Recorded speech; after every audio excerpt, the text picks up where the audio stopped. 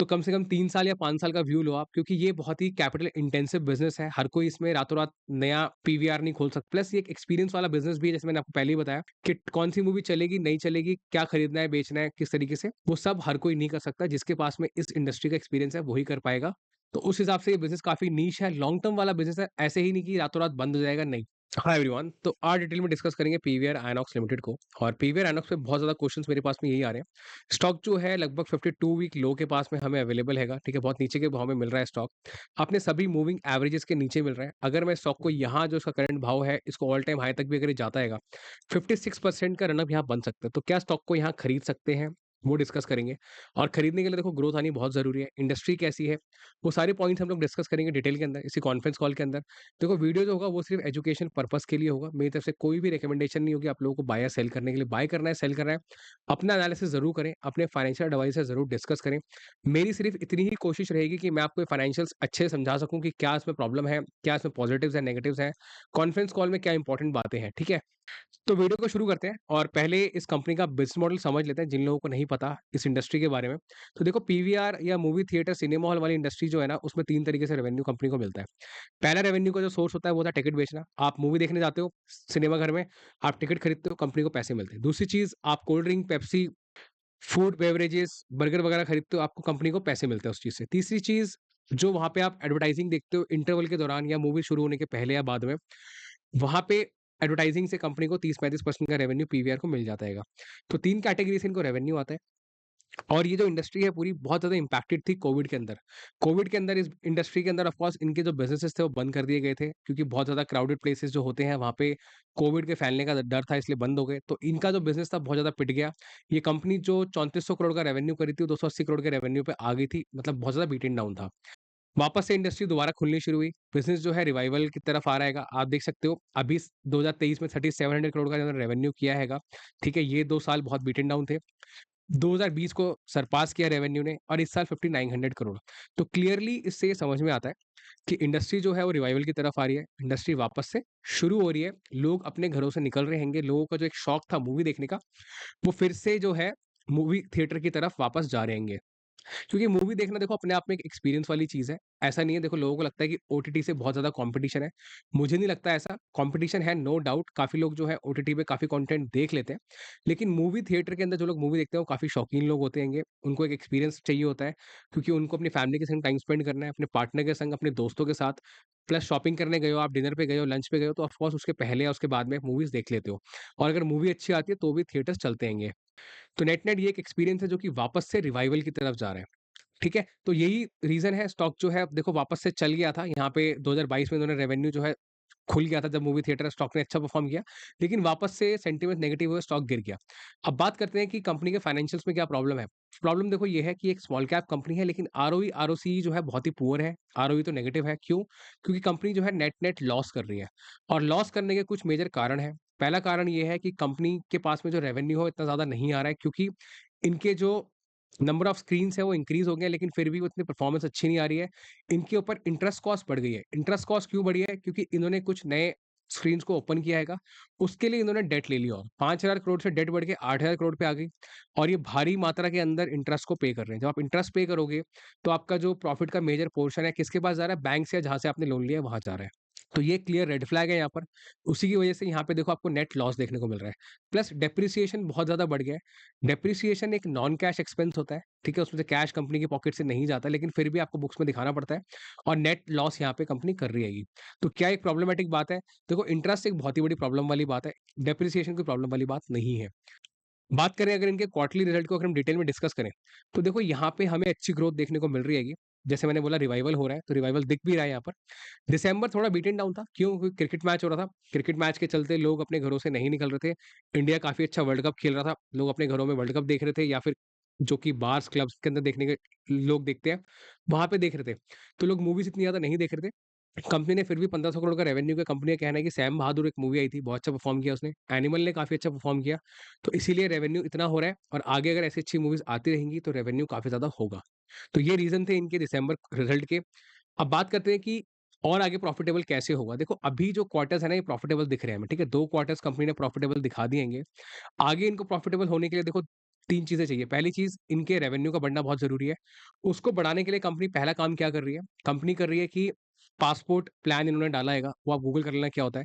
मतलब कस्टमर्स को अपनी टिकट्स पे डिस्काउंट देना, कस्टमर अगर रिपीट होता है, दोबारा टिकट खरीदता है, फिर कोई डिस्काउंट देना, कस्टमर को पेप्सी, कोल्ड ड्रिंक्स वगैरह के ऊपर रिफ़िल देना, मतलब अनलिमिटेड रिफ़िल आप बार-बार रिफ़िल करा सकते हो क्योंकि देखो वो भी एक एक्सपीरियंस है, लोगों को शौक होता है उसमें जाकर के स्पेंड करने का। तीसरी चीज़ कंपनी जो है न्यू स्क्रीन्स ओपन कर रही है ताकि इनका रेवेन्यू बढ़ सके, ठीक है? इनके पास में लगभग 1700 स्क्रीन्स हैं, आप कॉन्फ्रेंस कॉल में यहाँ कहीं पढ़ोगे तो आपको मिल जाएँगे वो सारे पॉइंट्स। कंपनी ने 77 स्क्रीन्स को बंद किया हैगा, लेकिन 97 स्क्रीन्स कंपनी ने इस साल में खोल दिएँगी 9 महीने में और 160 टू 170 स्क्रीन्स ये लोग ओपन करेंगे पूरे साल के अंदर। तो 170 स्क्रीन्स अगर ये लोग खोलते हैं, तो एक बहुत बड़ा नंबर इनके एक्जिस्टिंग जो 1712 स्क्रीन्स हैं, उसमें ऐड हो जाएगा। ठीक है, 360 सिनेमा हॉल्स में ऑलरेडी इनका बिज़नेस हैगा, प्लस इंडिया और श्रीलंका में ये लोग एक्सपैंड कर रहेंगे। तो नेट-नेट कहने का मतलब ये है, जो ये रेवेन्यू बढ़ेगा, रेवेन्यू का बढ़ना ज़रूरी है ताकि प्रॉफिट बढ़े, तो कंपनी उसके लिए पूरे स्टेप्स ले रही है, स्क्रीन्स वगैरह ओपन कर रही है, प्लस टिकट्स वगैरह बेच रही है और अपने जो इनके एडवर्टाइज़िंग का रेवेन्यू है, उसमें भी कंपनी कुछ लॉन्ग टर्म कॉन्ट्रैक्ट्स कर रही है ताकि एडवर्टाइज़िंग बिज़नेस भी अच्छा चले, अच्छे पैसे वहाँ से मिले। तो ये रिवाइवल हो रहा है, आगे भी मुझे ग्रोथ होती हुई नज़र आती है। अब बात करते हैं कि देखो ये सब तो कंपनी स्टेप्स ले रही है, लेकिन चैलेंजेस क्या-क्या होते हैं? देखो ओटीटी के बारे में जैसे मैंने आपको बताया, एक एक्सपीरियंस वाली बात है, ठीक है? ओटीटी से कोई खास चैलेंज नहीं है, लेकिन कंटेंट का ओवरलैप करना, अगर 2 अच्छी मूवीज़ सेम टाइम पे अगर रिलीज़ हो जाती हैं, तो वो एक चैलेंजिंग चीज़ है, ठीक है? उससे क्या होता है कि कस्टमर डिसाइड करता है कि मुझे संडे को मूवी देखनी है, तो दोनों में से कोई एक ही मूवी देखेगा ना या तीनों में से कोई एक मूवी देखेगा। तो इसीलिए मैनेजमेंट जो है, मूवी इंडस्ट्री से बात कर रहा है कि आप लोग इस तरीके से ओवरलैप ना करें। कोशिश करें कि 1-1, 2-2 वीक का गैप हो ताकि कस्टमर के पास में चॉइसेस हो मूवी देखने के लिए अलग-अलग। तो ये एक स्मार्ट एक तरीका है जो मैनेजमेंट कोशिश कर रहा है बात करने की, यहाँ के अगर आप पढ़ोगे आपको मिल जाएँगे वो सारे पॉइंट्स। प्लस बात करें प्रॉफिट के एंगल से जैसे कि रेवेन्यू बढ़ेगा, इनके मार्जिन्स का बढ़ना ज़रूरी है, मार्जिन्स 30% पे आ गए हैं और मैनेजमेंट का यही कहना है कि कंपनी की पूरी कोशिश है कि ये फालतू खर्चे ना करें। अपने जो मार्जिन्स हैं उनको 30% जो भी इनका ये एवरेज है मेंटेन कर 30% के आस-पास उसको मेंटेन करें और इम्प्रूव करें उसको, ठीक है? इंटरेस्ट को कम करने के लिए इनके पास में एक ही रास्ता है अपनी डेट को रीपे करना और डेट कैसे रीपे करेगा मैनेजमेंट? इनका कहना है इस कॉन्फ्रेंस कॉल के अंदर कि जो भी कैपेक्स करने के बाद कैपेक्स मतलब कैपिटल एक्सपेंडिचर करने के बाद अपनी न्यू स्क्रीन्स को खोलने के बाद जो पैसा बचेगा, उस पैसे को ये लोग डायरेक्टली अपनी डेट को रीपे करेंगे और डेट रीपे करने से क्या होगा, इनकी जो ब्याज की जो एक ऑब्लिगेशन है वो कम हो जाएगी। तो यहाँ पे हमें ब्याज कम होता हुआ पे नज़र आएगा, ठीक है? तो तभी इनका जो ये नेट प्रॉफिट है बढ़ेगा। डेप्रिसिएशन में कंपनी का कोई कंट्रोल नहीं है। जितनी ज़्यादा आप स्क्रीन्स ओपन करते जाओगे, आपको नॉन कैश एक्सपेंस डेप्रिसिएशन है डालना होगा।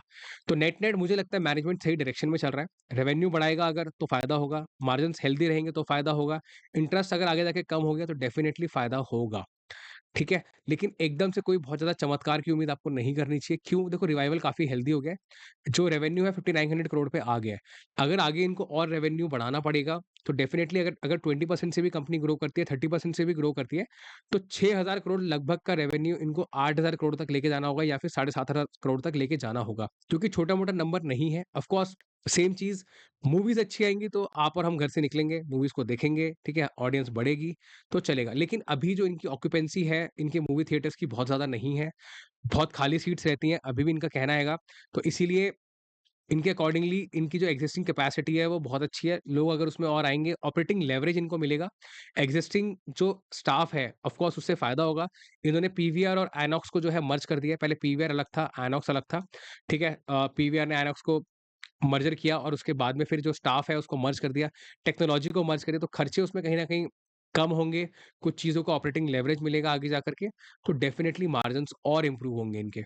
तो नेट-नेट देखो यही सारी चीज़ें हैं इनके बिज़नेस मॉडल के अंदर। इन्वेस्टर पोर्टफोलियो काफ़ी हेल्दी है कंपनी का, आप देखोगे यहाँ पे तो प्रमोटर ने अपना स्टेक सिग्निफिकेंटली बढ़ा लिया है।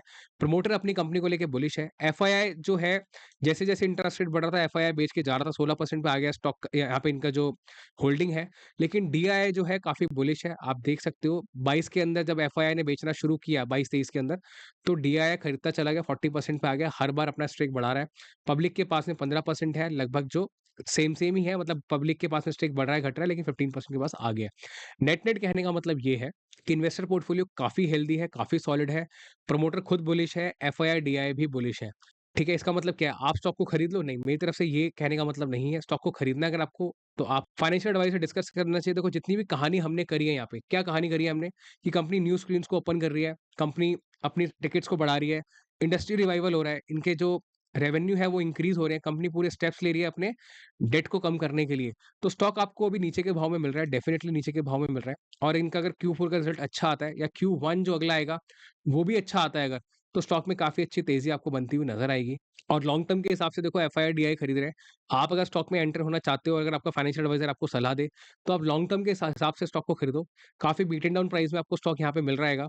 तो कम से कम 3 साल या 5 साल का व्यू लो आप, क्योंकि ये बहुत ही कैपिटल इंटेंसिव बिज़नेस है। हर कोई इसमें रातों-रात नया पीवीआर नहीं खोल सकता कि हाँ, हमें मन कर रहा है हम पीवीआर खोल लें, नहीं। अगर एक पीवीआर खुला हुआ है तो आपको दूसरा पीवीआर खोलने के लिए ऑफ कोर्स 5 किलोमीटर, 6 किलोमीटर दूर खोलना होगा। मतलब किसी अगर नए कॉम्पिटिटर को इस बिज़नेस के अंदर एंटर होना है। प्लस ये एक एक्सपीरियंस वाला बिज़नेस भी है, जैसे मैंने आपको पहले ही बताया कि कौन-सी मूवी चलेगी, नहीं चलेगी, क्या खरीदना है, बेचना है, किस तरीके से, वो सब हर कोई नहीं कर सकता। जिसके पास में इस इंडस्ट्री का एक्सपीरियंस है, वही कर पाएगा। तो उस हिसाब से ये बिज़नेस काफ़ी नीश है, लॉन्ग टर्म वाला बिज़नेस है, ऐसे ही नहीं कि रातों-रात बंद हो जाएगा, नहीं। अगर कोविड जैसी कोई प्रॉब्लम आ गई तो बात अलग है, अदरवाइज़ ये बिज़नेस आने वाले 5 साल तक चलेगा मेरे हिसाब से। 5 साल के बाद में कोई अगर टेक्नोलॉजी आ गई, कोई डिसरप्शन आ गया कि हाँ, भाई कोई बहुत सॉलिड टेक्नोलॉजी आ गई है, अब तो आप घर में ही बहुत सस्ते भाव में 20 लोग बैठ के मूवी देख लोगे, तो बात अलग है। लेकिन मुझे नहीं लगता कि वो एकदम से ऐसा कुछ होने वाला है, लोगों का अपना एक एक्सपीरियंस बेस वाली बात है। तो ये इंडस्ट्री चलने वाली है। तो नेट-नेट देखो यही है सारी चीज़ें इस स्टॉक के अंदर। अगर आपको सपोर्ट लेवल जानने हैं तो सपोर्ट बहुत स्ट्रॉन्ग है 1250 के आस-पास, ठीक है? बहुत ही स्ट्रॉन्ग सपोर्ट है ये। ये अगर ब्रेक हो गया, कुछ अगर रिजल्ट खराब आया, तो स्टॉक कहीं न कहीं आपको 1000 के लेवल पे दिखेगा नीचे की तरफ, ठीक है? मतलब यहाँ 1250 का सपोर्ट, उसके बाद में थोड़ा और नीचे आओगे तो लगभग 1050 और नीचे आओगे तो लगभग 980 और उससे नीचे आओगे आप लगभग 800 का लेवल, ठीक है? मेरा काम है आपको सपोर्ट बताना। मुझे लगता नहीं है इससे नीचे आएगा क्योंकि यहाँ पे सेंटिमेंट्स काफ़ी नेगेटिव थे। लेकिन हाँ, मार्केट है यहाँ पे कुछ भी हो सकता है और स्टॉक चलेगा तो डेफिनिटली और ऊपर की तरफ आपको जाता हुआ नज़र आएगा। तो नेट-नेट यही है पूरा एनालिसिस। अगर आपको वीडियो के अंदर वैल्यूएबल इन्फॉर्मेशन मिली हो तो प्लीज़ वीडियो को लाइक ज़रूर करें। आप मेरे चैनल पे नए हैं, चैनल को सब्सक्राइब करें। आपके कमेंट से मुझे काफ़ी एप्रिसिएशन मिलता रहेगा। तो प्लीज़ कमेंट में ज़रूर बताएँ आपको क्या पोर्शन अच्छा लगा। अगर आपको कोई चीज़ अच्छी नहीं लगी हो, आप चाहते हो कोई सुझाव देना तो वो भी ज़रूर कमेंट के अंदर ज़रूर लिखें। मेरे चैनल पे अगर आप नए हो तो आपको वीडियोज़ देखने को मिल जाएँगी, जैसे कि आप किसी भी स्टॉक में अगर इन्वेस्टेड हो, यहाँ जो स्क्रीन पे दिख रहा है, आप उस वीडियो को ज़रूर देखना। हम लॉन्ग टर्म व्यू की बात करते हैं, हम कॉन्फ्रेंस कॉल की बात करते हैं, पूरी इंडस्ट्री की बात करते हैं। तो आप अगर 6 महीने पुरानी वीडियो भी देखोगे, तो भी आपको इसमें एक अच्छा कंटेंट, एक अच्छी हेल्दी इन्फॉर्मेशन मिलेगी। तो इस वीडियो के लिए इतना ही, मिलते हैं अगली वीडियो में। Thank you so much.